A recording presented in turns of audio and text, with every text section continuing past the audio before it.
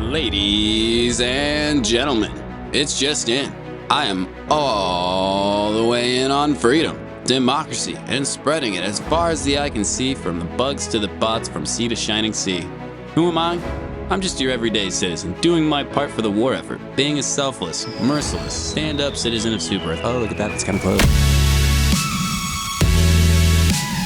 Helldivers 2 is a much welcomed co-op PvE shooter that has grabbed me by the haunches, sat me down and said, you're playing all day. This puppy provides a wide variety of planets with different terrains and environments to spread democracy throughout, enemies to liberate in order to protect our Super Earth way of life, and all the stratagems one would need to do so. It's a crazy and unique game that makes me feel like both the god of death and somehow all at the same time a patriot in one fell swoop. The core gameplay loop resembles Modern Warfare Zombies, but doesn't suck. Squad up, gear up, drop in, mow down all who stand in your way indiscriminately, looty looty, shooty shooty, get the fuck out of there, rinse and repeat, you know what I'm saying? The first time I played the game, I remember being kinda bored and underwhelmed with the starting guns, like, obviously, they're supposed to be. Off rip, the break action shotgun made me want to off myself. Instant regret upon picking that up and leaving my machine gun behind. But then I saw the laser gun in action from a teammate and I was like, ooh, I want that f***ing laser gun. I want it so bad. So it's unfortunate that that sucks too. But moral of the story, beautiful weapon design paired with compelling progression. The game does a really good job of making the player want to advance. However, I will say the single ineffective melee animation is not going to cut it if you guys are here for that kind of action. But the guns are sweet and satisfying with all the dismemberment effects one could ask for. The developers clearly put their time and effort into the game's gunplay, and it shows. The bullet impact alone gets me all sorts of randy, especially the revolver, even though it's painfully slow to reload. The bullet response from the enemies is amazing too.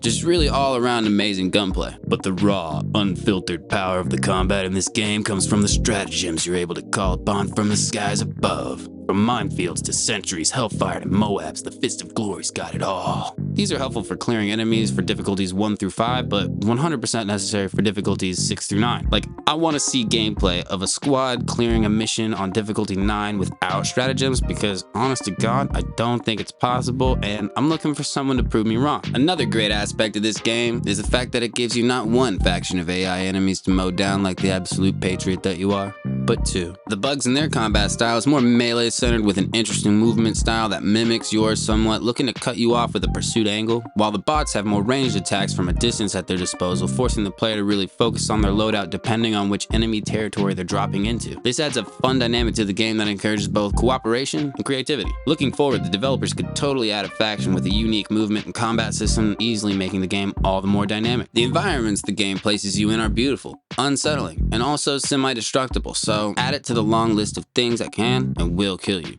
Have you ever barely survived an enemy encounter just to be killed by a little exploding acid cloud? Have you ever hidden from a charger behind a structure thinking it would protect you? Have you ever spawned from a fresh hell pod only to be immediately engulfed in flames from a fire NATO? I can safely check yes to all of the above. The added game details of limb damage affecting your speed, as well as barbed wire, water, acid, tall grass slowing you down or taking your health down slowly, makes the environments both ruthless and unforgiving, just like the higher difficulties of the game. Difficulties 1 through 5, I was like bored, running around killing small swarms of enemies. Then I got to like 6. 6 through 9 are the difficulties that make you want to pull your hair out and border on impossible unless you have a full cooperative team with good comms. Speaking of which, a good Helldiver strength comes from the squad. You can make it without this in early difficulties 1 through 5, but 6 through 9, you better bring the boys and come correct when you do. If you don't have good teammates, you can go ahead and suck one full to completion for every good teammate you don't have. So in my case, I get to suck 3.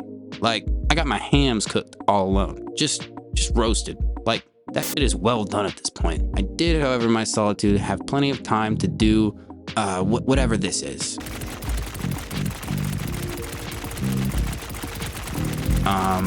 So yeah, silver lining. Numero uno. I love the commentary. I think it's hilarious. I think my prime example here is skepticism is treason and treason is bad. I love that. Liberty saved me, right? Numero dos. The jetpack.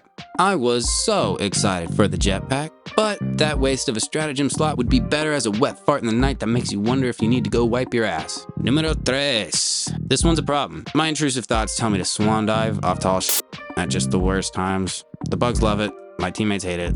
It's unfortunate. The only thing stronger than my blind loyalty, love of the word liberty, and unwavering patriotism are my intrusive thoughts telling me to send it off the highest point in the map. Woof.